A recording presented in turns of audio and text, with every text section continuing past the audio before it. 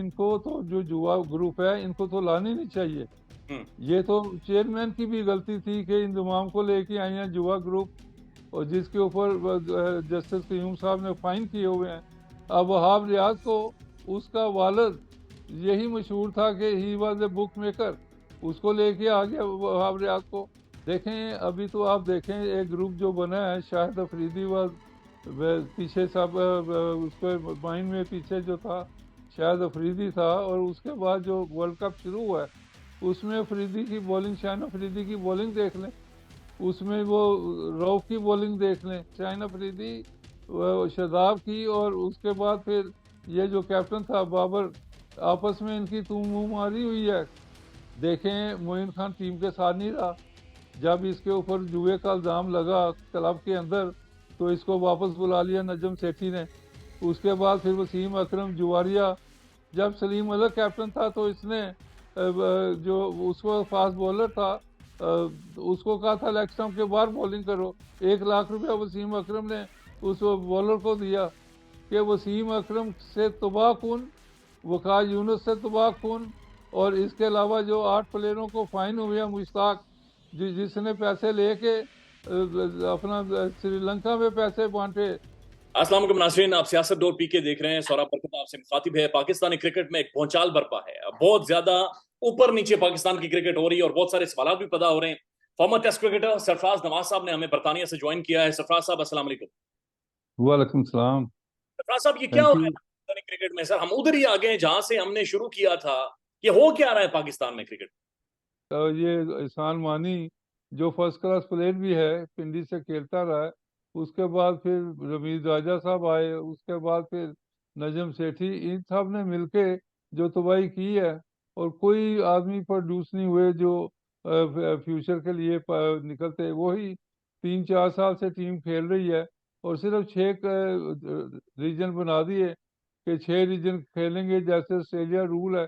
तो मैं ये कहना चाहता हूँ कि ऑस्ट्रेलिया की 3 4 5 करोड़ की आबादी है, 3 4 करोड़ की, और हमारी 25 करोड़। तो ये इस तरह का इमरान ने जो डिजास्टर शुरू किया है वो अभी तक कंटिन्यू कर रहा है। तो रहता खिता जो नजम सेठी ने तो भाई की है कि एक कोच ला के डायरेक्टर लगा दिया है, और वो बैठा हुआ है डार्बी शहर में कि वो वीडियो लिंक के ऊपर कोचिंग करेगा। तो ये सारी चीजें जो तबाही हुई है, उसके बाद जो कोच वो लेके आया अपनी मर्जी के साउथ अफ्रीकन, और वो भी बिल्कुल बेकार निकले हैं। और जब वर्ल्ड कप एशिया कप हुआ है उस वक्त भी, और वर्ल्ड कप हुआ है, तो लास्ट डे जाके ज्वाइन किया ये अपना कोच ने, हेड कोच जो था, डायरेक्टर मिकी आर्थर। तो इस तरह टीमें चलती हैं। सवाल ये पैदा होता है कि रमीज राजा के दौर में यही Pakistani cricket team number one भी बनी रैंकिंग में। बाबर नंबर वन खिलाड़ी भी बना। लेकिन वर्ल्ड कप के अंदर जाकर हम कोलैप्स कर गए। उससे पहले हमने सरेंडर किए अपने बुनियादी राइट के, जो एशिया कप पाकिस्तान में होना था। जका अशरफ साहब जनाब वहां पर भी जाकर सरेंडर कर रहे हैं। वर्ल्ड कप के अंदर और एशिया कप में इतना बड़ा कोलैप्स क्यों हुआ? देखें आपको शायद इल्म नहीं है, वर्ल्ड का जो ये चैंपियन बने हैं किन टीमों के खिलाफ खेले हैं। 2 नंबर बेकार टीमों के खिलाफ खेल के नंबर वन बनना तो कोई बात नहीं है। उस वक्त दूसरी टीमें कोई खेल ही नहीं रही थी। उसके बाद देखें ये रमीज राजा के होते हुए ऑस्ट्रेलिया से हारे, न्यूजीलैंड को नहीं जीत सके, और ये सारी चीजें आपके सामने चली हैं। तो कौन सी ये अपना इनके जमाने में हम जीते हैं टूर्नामेंट या अपना चैंपियनशिप। तो ये आप जो मामले चल रहे हैं इसमें देखें, एक आदमी अनफिट हुआ है फास्ट बॉलर आपका जी। नसीम शाह, उसके बाद आपकी बॉलिंग ही कोलैप्स होगी। उसके बाद फिर एशिया कप की आप बात कर लें, पुरानी टीम से ही ये 3 4 साल से ही आ रहा है ना ये आपका जो कैप्टन है बाबर आजम, उसने कोई बैकअप बैकअप बेंच पे प्लेयर ही नहीं पैदा किए जो होने चाहिए थे, ताकि अगर 1 2 आदमी अनफिट होते हैं उनकी जगह तो कंप्लीट होनी चाहिए। आपके पास फास्ट बॉलिंग में अब नया गेंद कराने वाले ही नहीं रहा कोई। तो अब आप देखें आप करेंगे क्या? नसीम शाह एक अनफिट हुआ है, उसके बाद शाहिन अफरीदी का देख लें, एशिया कप में जिस तरह उसकी बॉलिंग देखी गई है वो तो ऐसे लगता था अनफिट खेल रहा है। उसके बाद वर्ल्ड कप में भी यही कई अपना क्रिटिक्स ने कहा है कि ये जो आपका शाहिन अफरीदी है, he doesn't look very fit, इसकी स्पीड ही 130 32 पे आ गई, 140 45 से। तो ये सारी, उसके बाद रऊफ को देख लें, वो शॉर्ट पिच इधर उधर, उसको नए गेंद का आपने तो तजर्बा ही फिर नहीं है। इन्होंने फिर एक अनफिट खिलाड़ी को तो कैप्टन बना दिया T20 का। जी, अनफिट खिलाड़ी को, शाहीन अफरीदी को तो इन्होंने कैप्टन बना दिया।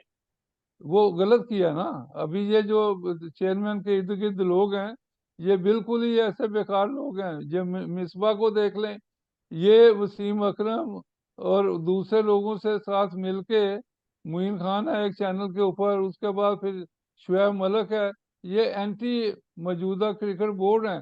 अपना इंतजाम ने प्लेयरों में आपस में एक मिल मिला किया हुआ था, उनके साथ जो साइन किए हुए थे कि आपको हम मैच खिलाते जाएंगे अगर आप मेरे से साइन करें, मेरी कंपनी से साइन करें।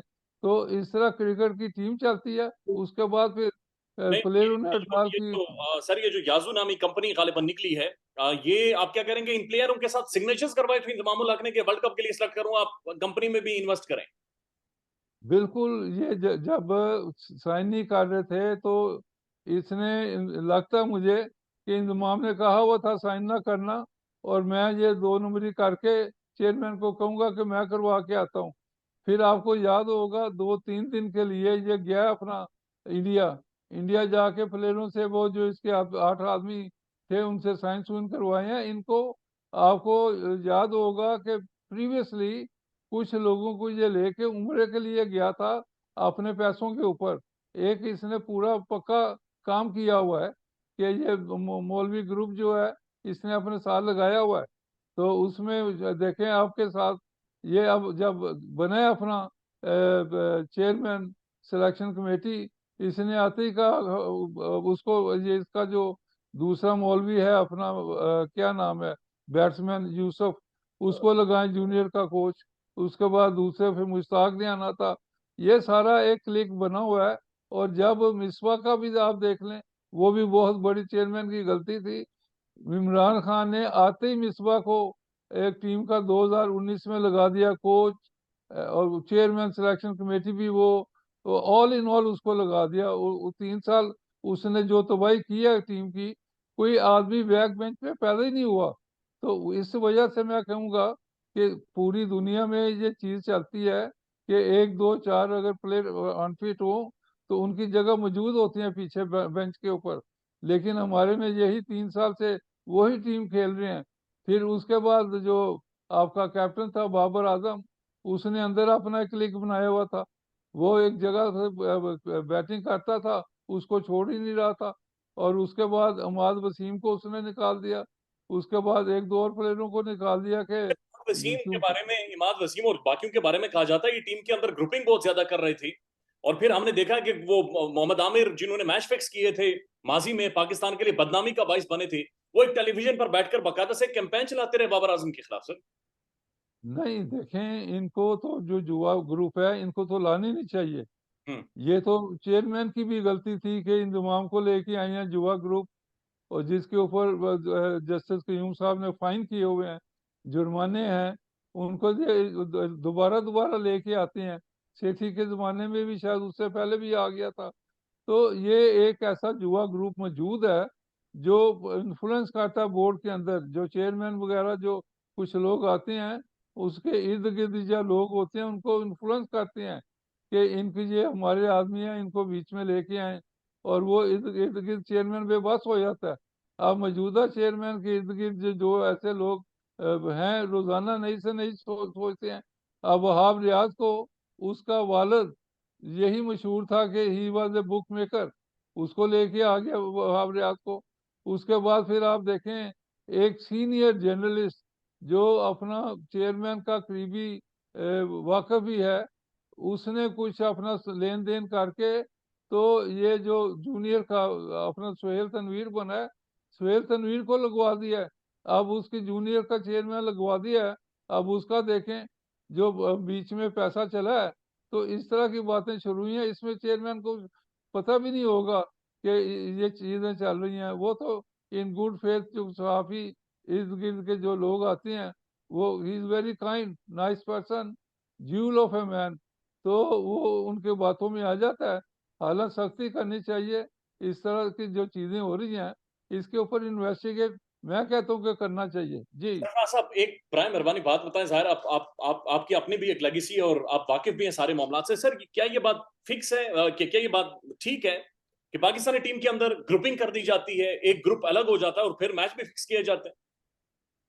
देखें, अभी तो आप देखें एक ग्रुप जो बना है, शाहिद अफरीदी व पीछे सब उसको माइंड में पीछे जो था शाहिद अफरीदी था, और उसके बाद जो वर्ल्ड कप शुरू हुआ है उसमें अफरीदी की बॉलिंग, शाहिद अफरीदी की बॉलिंग देख लें, उसमें वो रऊफ की बॉलिंग देख लें, उसमें आप फिर अपना फखर जमान की बैटिंग देख लें। दे ऑल फ्रॉम लाहौर कलंदर, और उसका कैप्टन कौन था? शाहीन अफरीदी। तो ये एक ग्रुप आपके सामने फेल करने आएगा, और बाद वसी के भी ये दुश्मन थे।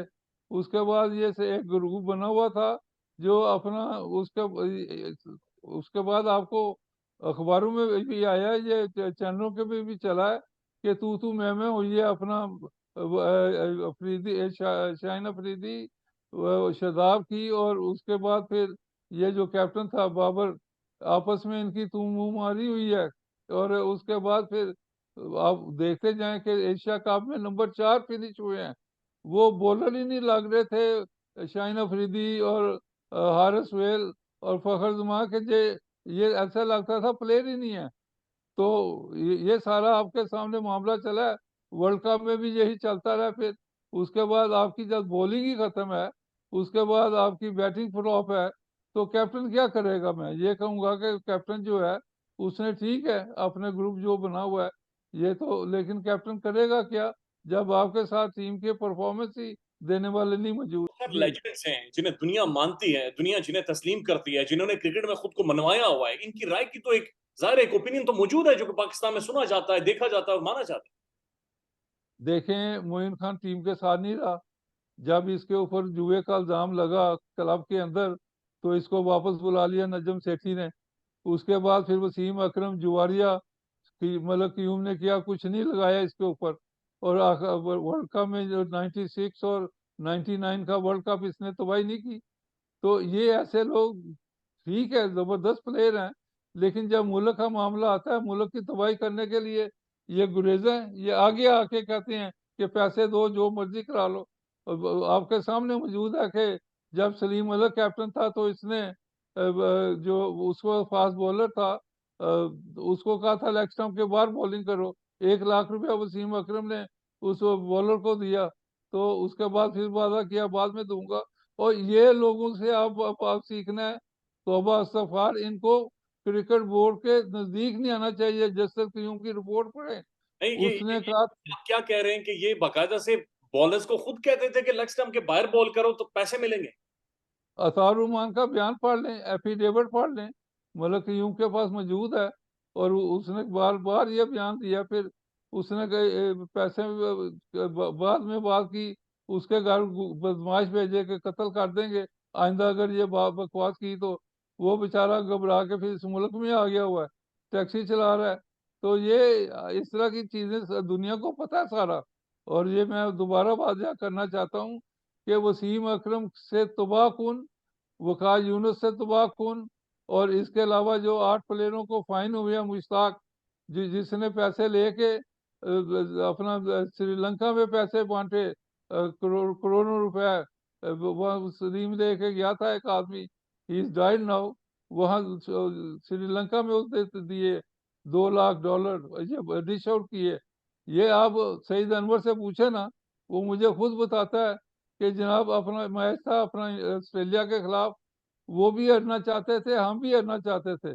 फिर हमारा बाद में बैटिंग थी तो हम आसानी से हार गए, और जुआ लगा हुआ था। अब सईद अनवर इतना ईमानदार आदमी, नेक आदमी, उसने मेरे आके इस्लामाबाद में वाजिब सच सच सच सारी चीजें बताई हैं। तो ये इसमें तो सरफराज साहब, क्या छुपी हुई बात ही नहीं। ये जो वर्ल्ड कप है इंडिया के अंदर जारी है सर, ये गैर मामूली तरीके से चलाया जा रहा है।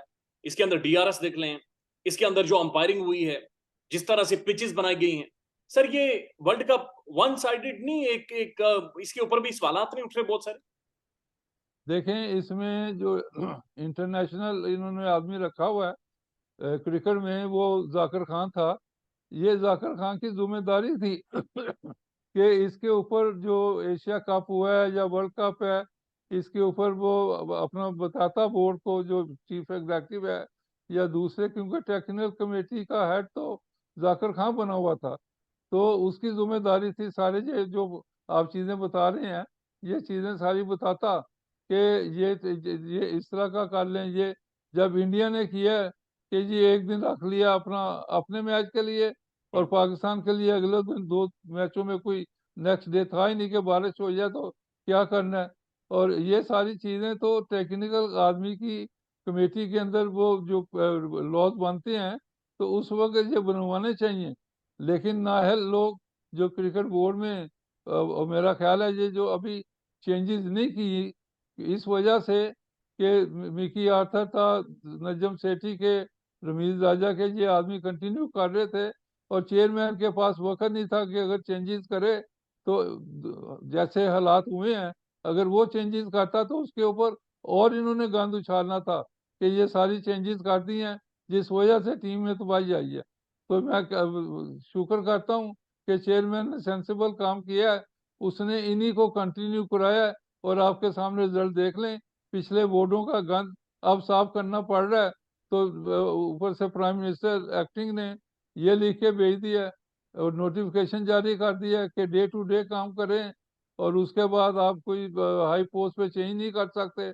और उसके बाद फिर इलेक्शन का मामला है, उसमें भी ये जो मिनिस्ट्री है गड़बड़ कर रही है। तो ये सारी चीज़ें मैं कहता हूँ कि जितनी देर तक पीसफुली, स्मूथली, और उसके बाद इलेक्ट होके चेयरमैन साहब काम नहीं करेंगे, ये गड़बड़ करते रहेंगे। उसके बाद चेयरमैन के खिलाफ पूरे मुल्क में हर सूबे में केस कर दिए और इलेक्शन होने नहीं दिए। लाहौर, कराची, कराची नहीं, लाहौर, केपी, पिंडी, इस्लामाबाद, बलूचिस्तान, हर जगह पे केस चले हुए हैं। और वहाँ जो जज साहबान हैं, उनको इतनी समझ नहीं है कि इसके मेहरबानी करें कि पाकिस्तान क्रिकेट का मामला है, वर्ल्ड कप आ रहा था, उसके बाद एशिया कप आना था, उससे पहले की मैं बातें कर रहा हूँ, ताकि इलेक्शन होने देते और इनको वाइंड अप कर देते। तो ये सारी चीजें मिल मिला के जो सेठियन ग्रुप ने तबाही की है, अब इसका जवाब कौन देगा? पाकिस्तान में इस वक्त सबसे बड़ा मसला बोलने का है। पाकिस्तान में बोलने नहीं दिया जाता, जुबानें खींच ली जाती हैं, डर है, खौफ है, टेरर है। पाकिस्तान का मीडिया मुकम्मल तौर पर कंट्रोल्ड है, वेल मैनेज्ड है, एक मैसिव सेंसरशिप है। इसी तरह का दबाव पाकिस्तान में सियासत.pk भी फेस कर रहा है, जिसे पाकिस्तान भर में गुज़श्ता कई महीनों से मावरा आइन, मावरा कवानीन मुकम्मल तौर पर बंद कर दिया गया है, मुकम्मल तौर पर बैन कर दिया गया है। सियासत.pk की नशरियात को लिमिटेड करके पाकिस्तान में छोड़ दिया गया है। तमाम तर कानूनी मुआवजे के ऊपर आवाज उठाई गई, दस्तक दी गई, लेकिन हर तरफ से खामोशी है, सन्नाटा है, कहीं पर कोई सुनवाई नहीं है, कोई सुनने को तैयार नहीं है। लेकिन इसका हल क्या है? क्या खामोश हो जाएं? क्या सवाल ना करें? क्या मालूमात आप तक ना पहुंचाएं? क्या इंफॉर्मेशन आप तक ना पहुंचाएं? मालूमात भी पहुंचेगी, इंफॉर्मेशन भी पहुंचेगी, सवालात भी उठेंगे, लेकिन अब आपने रोल प्ले करना है, आपने अपना किरदार अदा करना है। और छोटा सा एक प्रोसीजर है, प्रोसेस है, उसके बाद आप अपना किरदार अदा करें और हमारी मदद करें। पहले आपने यह करना है कि हमारे यूट्यूब चैनल को सब्सक्राइब करना है, उसके बाद ज्वाइन के बटन के ऊपर जाना है, क्लिक करके हमारा मेंबर बनना है। या फिर दूसरा ऑप्शन यह है कि आपने वीडियो की डिस्क्रिप्शन में जाना है, वहां पर पैट्रियन का लिंक मौजूद होगा, उस लिंक के ऊपर क्लिक करें और हमें सपोर्ट करें, हमारा हिस्सा बने, हमारी ताकत बने। ख्याल रखिएगा। अल्लाह हाफिज।